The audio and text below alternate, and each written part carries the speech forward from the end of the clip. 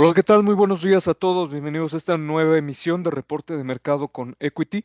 Mi nombre es Daniel Mejía, analista de mercados financieros para el broker en la región Latinoamérica y nuevamente les doy la más cordial bienvenida. Como siempre, comentar que el presente material y presentación es solo para fines informativos y educativos y no se debe considerar como un consejo de inversión, estrategia a implementar, señales de trading, ni nada por el estilo. Se trata de un punto de vista personal, una visión de mercado personal, esperando esto les pueda resultar de valor. Comentar también que los productos ofertados por Equity Latam se trata de contratos por diferencias CFDs, que son instrumentos que se comercializan en el mercado extrabursátil over the counter, y se trata de instrumentos altamente especulativos considerados de alto riesgo, debido a que utilizan un considerable apalancamiento. Por lo tanto, para poder operarlos se requiere una conciencia plena de cómo funcionan, así como un conocimiento de mercado y de trading suficiente para poder hacer una gestión asertiva. Si están interesados en el tema de educación, Equity Latam brinda Equity Latam y Equity Group brindan diversas herramientas de educación y de análisis. Por lo tanto, pues se tiene un acompañamiento importante para los que estén interesados. ¿Vale? Vamos a empezar con lo que sería el calendario económico. Vamos a revisar obviamente calendario económico, calendario de reportes, noticias y los precios cómo se han desempeñado para lo que sería esta semana que pues termina, estamos a 18 de julio, lo cual pues ha habido movimientos bastante importantes, ¿vale? Vamos a empezar con el calendario económico del día de ayer, 17 de julio, jueves, en donde se dieron datos de empleo en el Reino Unido y se mostraron al final pues datos mixtos. Tenemos una tasa de desempleo por encima de lo esperado en el 4.7%, mientras que el cambio en el empleo pues estuvo considerablemente por encima de lo esperado en 134.000 nuevos puestos, por encima del pronóstico y también por encima del dato previo, ¿no? Por lo tanto, hay datos mixtos en lo que sería pues, el tema del empleo, aunque pues no se ve algún riesgo inherente para lo que sería pues este rubro en el Reino Unido. Vamos a ver por aquí un poquito cómo ha reaccionado lo que sería la paridad de la libra esterlina contra el dólar. Y vemos que después de haber tratado de recuperar la directriz alcista que en este momento o estos últimos periodos ha funcionado como resistencia, en este caso pues vemos un rechazo, una reversión a la baja, y por lo tanto pues si se perfora este nivel en 1.3385 a la baja, correría el riesgo, lo que sería la paridad de una corrección, en donde el siguiente nivel importante se encontraría en 1.3163, ¿vale? A pesar de que podría ser pues, un movimiento importante de corrección, al final es un tema sumamente razonable porque el último tramo creciente pues ha tenido un comportamiento bastante alcista de los últimos meses y por lo tanto pues ahí eh, cualquier movimiento de corrección sería pues, un nivel muy razonable, ¿no? Aquí podemos ver que esta zona converge con los 61.8 puntos de retroceso de Fibonacci, lo que le da pues aún más fortaleza al tal nivel en el supuesto de que se rompa a la baja, ¿no? De que perfore, que vamos a ver por acá, tenemos de este lado. Entonces, en el supuesto de que haya una perforación, pues tendríamos niveles importantes de decremento probable, ¿vale?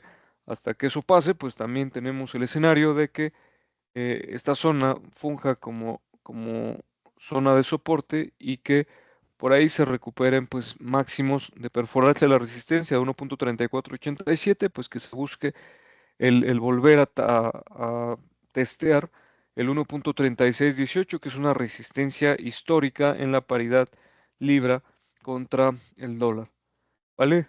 Eh, digamos, de alguna manera los indicadores macro en el Reino Unido han mostrado fortaleza de los países con mayor fortaleza en en todo el continente europeo, pero al final pues también con ciertas presiones, sobre todo desde la inflación, ¿no?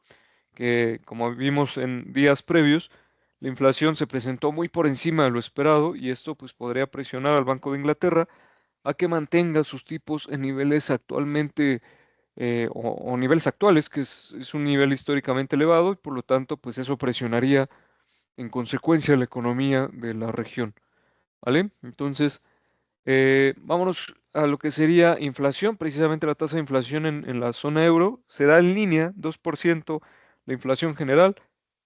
En este caso, 2,3% la inflación subyacente, tal cual lo esperaba el mercado.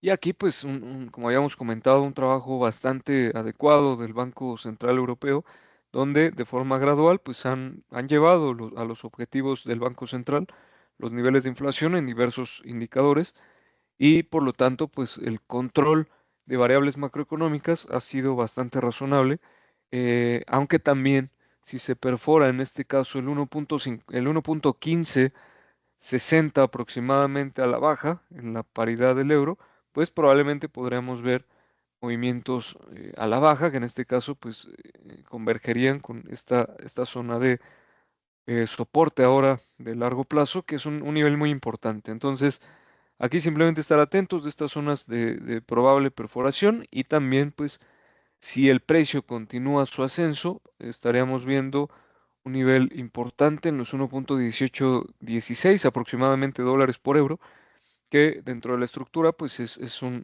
nivel máximo relevante, ¿vale? Hasta ese punto no ha habido perforación, son simplemente como comentar los niveles importantes dentro de la estructura de precio del mercado.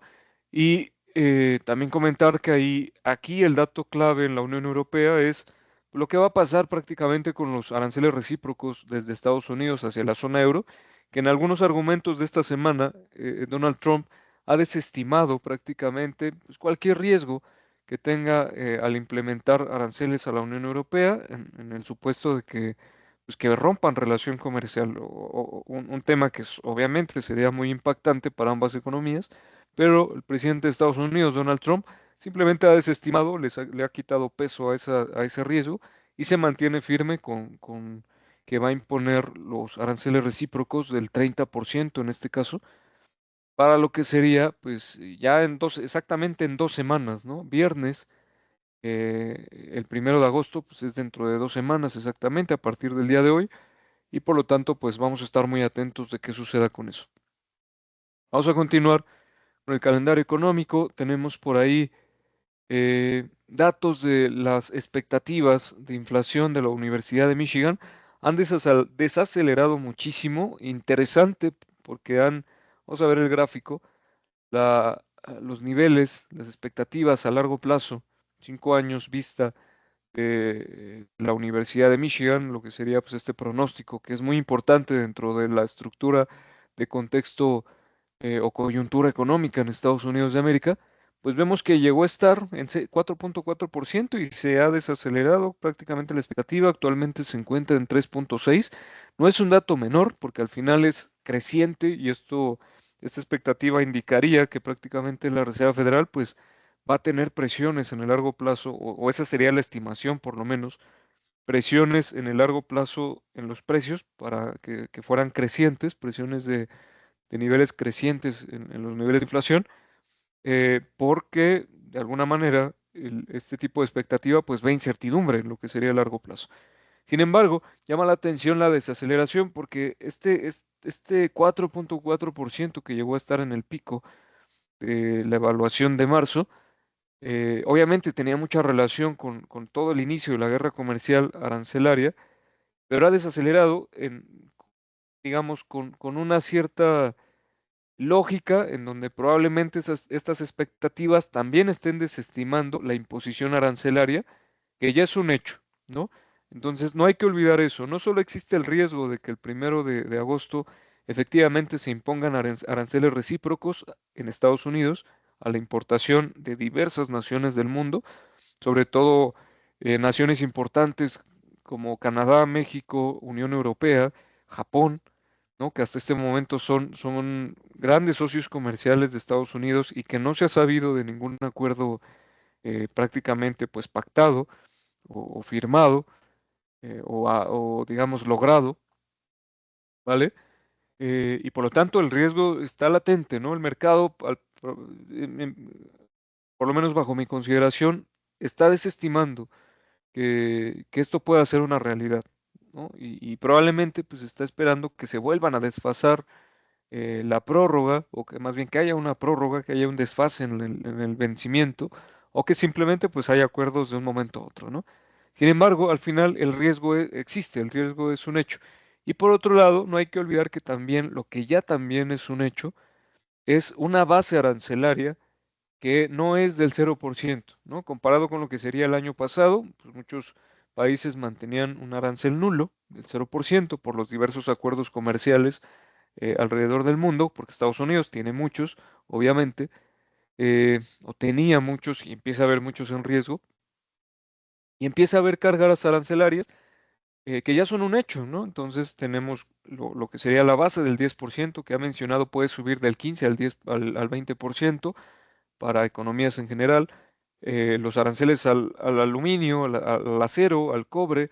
Ahora ha empezado con los aranceles a la industria farmacéutica, a los semiconductores, más los aranceles recíprocos, ¿no? Que al final, en muchos de los casos, como ha pasado, si mal no recuerdo, con Indonesia, o un país del sudeste asiático, por lo menos, ahorita no recuerdo el nombre, pero eso lo acabamos de comentar en sesiones previas, por lo cual pueden ir a estos videos que están grabados en nuestro canal de Equity Latam de YouTube, ¿vale? El punto es que el ejemplo de este país del sudeste asiático es que la amenaza era de un arancel del 35-30% y lo que se aplica es un arancel del 19%. ¿Qué quiere decir? Que al final sí hay aranceles. Y si hay aranceles, al final también habría presiones en algún momento para las empresas para que en algún momento trasladen este costo arancelario o costo impositivo al consumidor final y por lo tanto la inflación tenga cierto impacto de repunte. Al momento de hoy no lo hemos visto de forma clara. ¿Por qué? Una, porque las compañías, como hemos analizado, han tratado de abarcar o de absorber este costo impositivo para no incrementar los precios y no incrementar su demanda, mantener intacta la demanda, obviamente impactando los márgenes de utilidad, pero mantener intacta la demanda antes de tomar decisiones drásticas, ya sabiendo un contexto más aterrizado del tema arancelario, ¿vale? Hasta ese momento es muy razonable que las empresas en Estados Unidos no han hecho ese traslado a los precios, a los consumidores finales, ese traslado y que ha tenido un riesgo de repunte en la inflación y por lo tanto eh, esta implicación pues ha realizado o lo que hemos tenido es que no se ha visto realmente un repunte en la inflación, pero eso no quiere decir que en algún momento no pueda empezar a darse. Desde el hecho que las empresas ya tengan la información clara en el aspecto de guerra comercial, ¿vale? Sobre todo si ésta se agrava, que es el riesgo inherente, ¿vale? Entonces, ya hemos visto lo que sería pues varias implicaciones, pero al parecer sí podemos apreciar el mercado pues, ha desestimado, ¿no? Ha desestimado, por ejemplo, podemos ver los índices estadounidenses, el Standard and Poor's 500 en máximos históricos, el Dow Jones cerca de máximos históricos, ¿vale? Lo vamos a poner por acá, vamos a ampliar un poquito esta zona. Y lo que sería el Nasdaq, de igual manera, en máximos históricos, ¿vale? Entonces, esta desestimación es bastante interesante. Estamos a vista de 2 semanas para que esto se sepa. Y el VIX también, las posturas de cobertura probablemente se estén manteniendo en ciertos niveles, porque vemos que también el índice VIX pues, está respetando el nivel cercano a los 16.5 puntos como nivel de piso, porque la realidad es que no tenemos claridad, no hay claridad. Y eso impacta a muchas economías en la realidad, a la economía real, ¿vale? Eh, Esto también lo hemos visto bueno, en este caso ha estado corrigiendo el yield, no alcanzó los 4.51, eh, ni 4.5% en cuanto al yield de vencimiento a 10 años que tenemos en el mercado secundario de Estados Unidos de América, pero pues la directriz va con mínimos y máximos crecientes, ¿no? Y obviamente, entre más se acerque la fecha del 1 de agosto, pues más incertidumbre va a existir para que conozcamos ese tema. Hasta el momento el mercado está siendo muy cauto.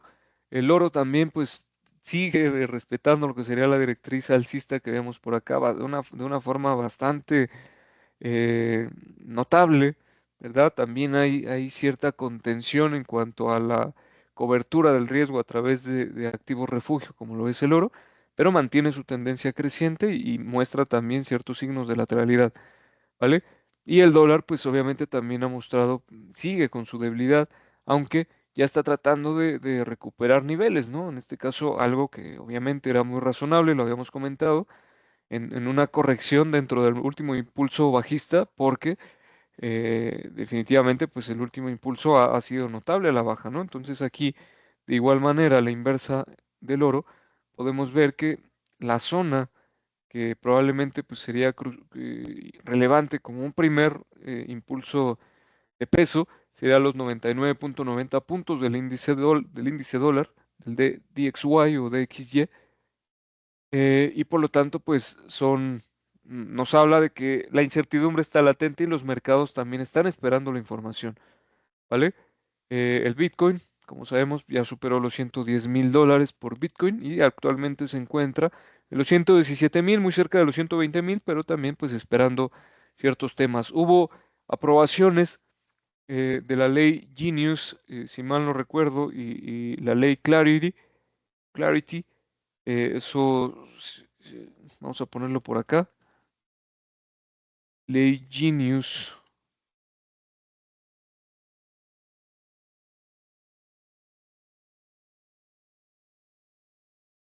solo para no darles mal el dato, y vamos a ponerlo por acá.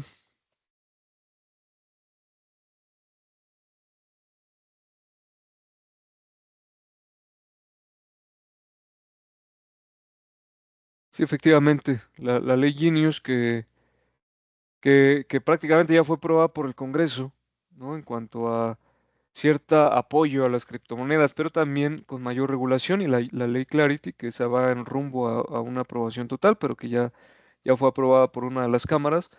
En este caso, pues es una buena noticia por lo que implica la demanda de grandes fondos.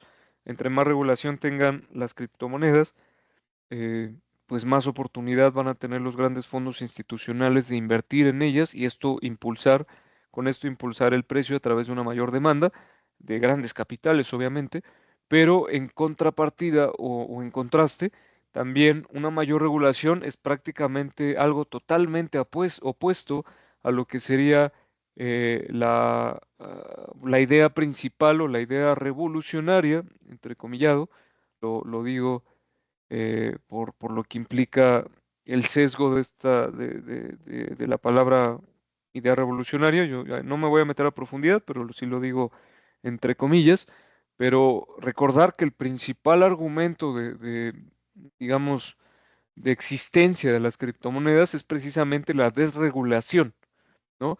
El ser un ente financiero que pueda implicar no solo pues inversión, especulación, sino principalmente transacciones donde el marco regulatorio bancario internacional pues no pueda estar ahí, no puede estar con la mira normativa, sino que sea un ente, o esa era la intención en un inicio, un ente completamente desregulado en el mercado extrabursátil y por lo tanto pues que hubiese eh, menos vigilancia de alguna manera, menos normativa.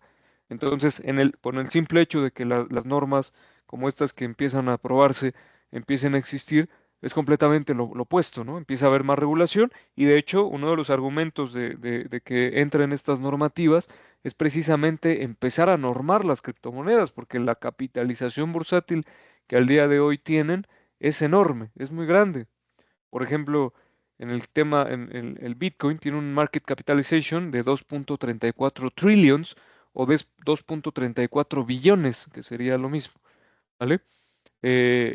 Y para que nos demos una idea de cuál sería la cantidad de ese market cap, pues nos podemos ir por ejemplo, a Google, que hasta este momento la compañía Alphabet eh, tiene un market cap de 2.25 trillions, ¿no? En el caso de Amazon, por ejemplo, es de 2.40 trillions.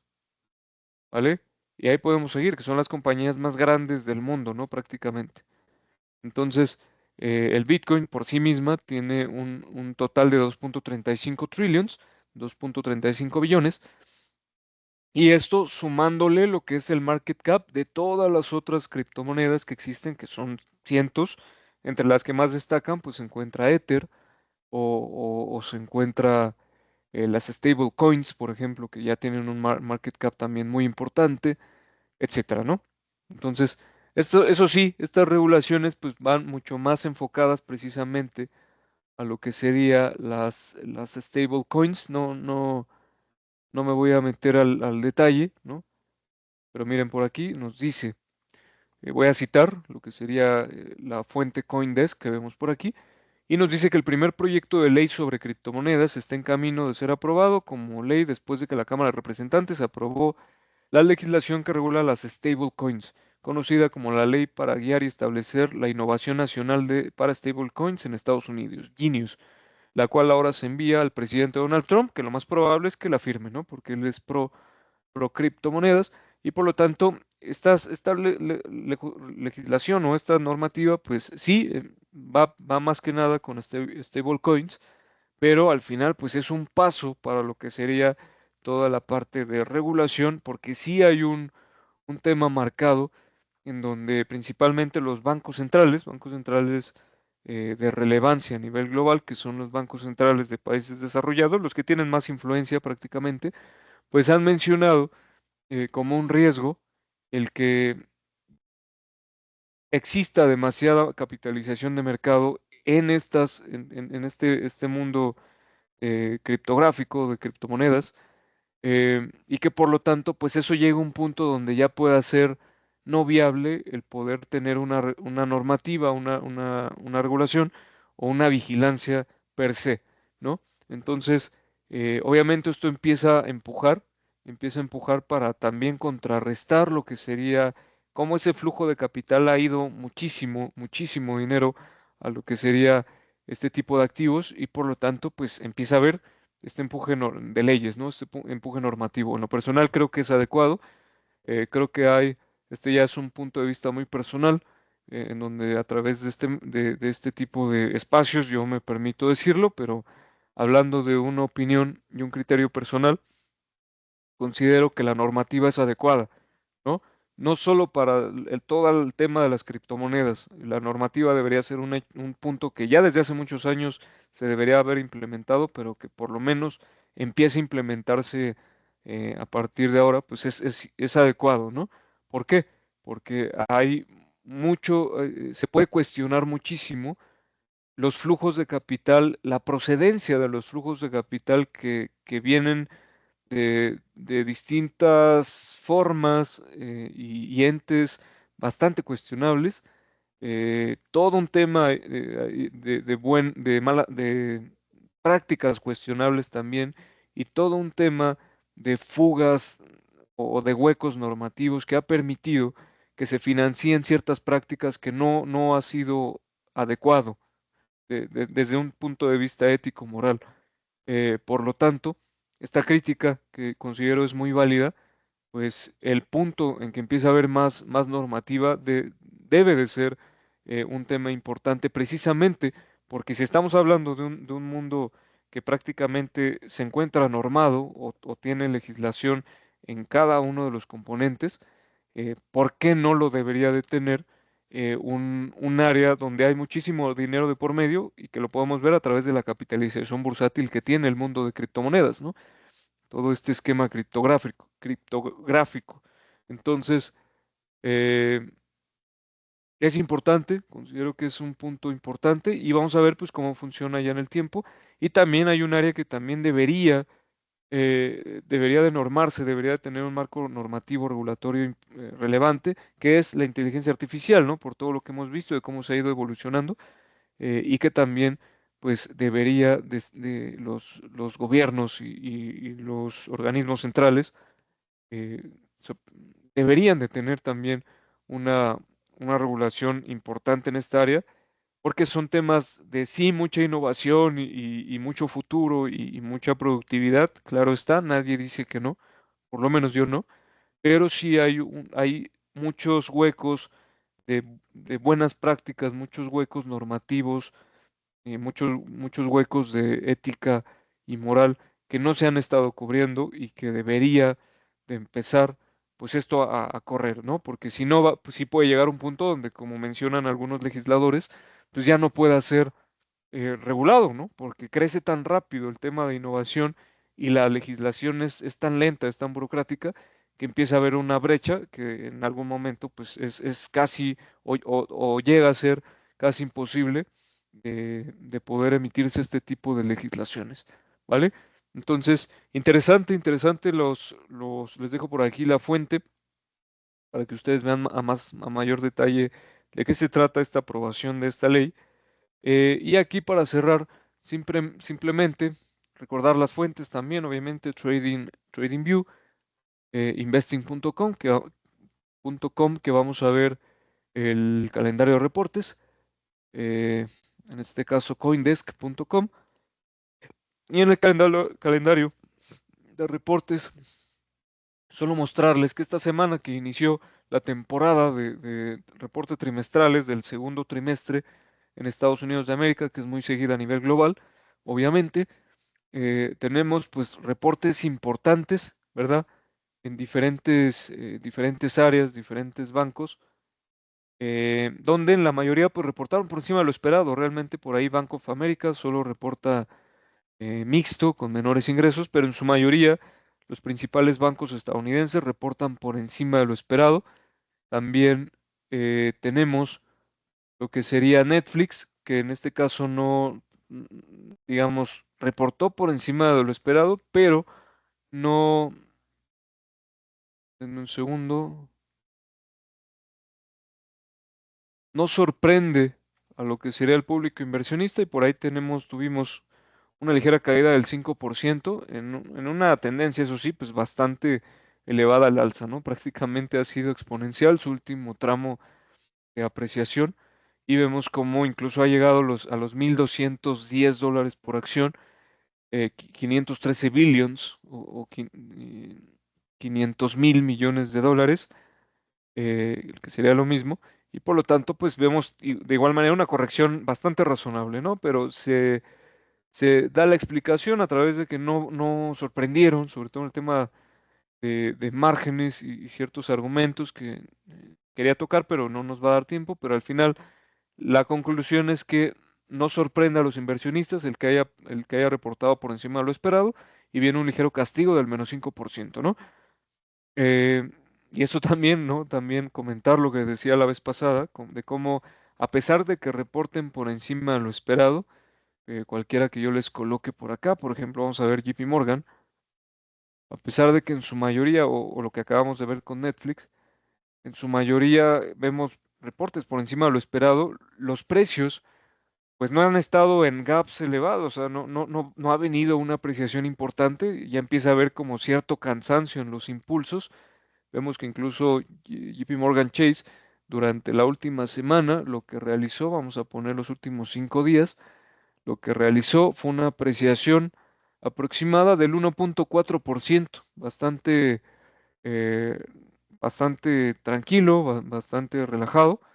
Y por lo tanto, eso lo vemos también con Netflix, que a pesar de que haya reportado por encima de lo esperado, pues vemos que no, los precios empiezan a tener ciertos, eh, digamos, ciertos topes de expectativa, ¿no? Entonces, ¿eso por qué? Pues porque fundamentalmente hablando, ya sabemos que y eso lo hemos analizado en diversas ocasiones, hay niveles de sobrevaloración bastante claros, sobre todo en tecnología, el sector financiero el retail trade, lo que es comercio minorista, y pues eso probablemente vamos a verlo de una forma muy continua, a pesar de que los niveles en los reportes han estado por encima de lo esperado. Entonces, aquí solo comentarles, no se dejen guiar por muchas veces, eh, incluso en algunos medios se guían por el color, o sea, simplemente porque esté por encima de lo esperado es como de una retórica, ¿no? Que no tiene mucho sentido, porque lo importante es que nos metamos a la profundidad de los fundamentos de las compañías Y hablando de esa profundidad, pues ya hemos analizado que hay comportamiento de sobrevaloración completamente, eh, completamente verificable, ¿vale? De hecho, ya lo hemos analizado a detalle. Y también, pues vemos compañías que cada vez les cuesta más tener expectativas de crecimiento en los próximos trimestres, ¿no? Precisamente por la incertidumbre. Las guías de inversión que se han presentado en los últimos trimestres, pues son revisiones a la baja o desaceleraciones. ¿Por qué? Pues porque el público inversionista está viendo mucha incertidumbre y por lo tanto, pues es muy razonable que tengan este comportamiento. Voy a ver Finviz como última fuente a revisar.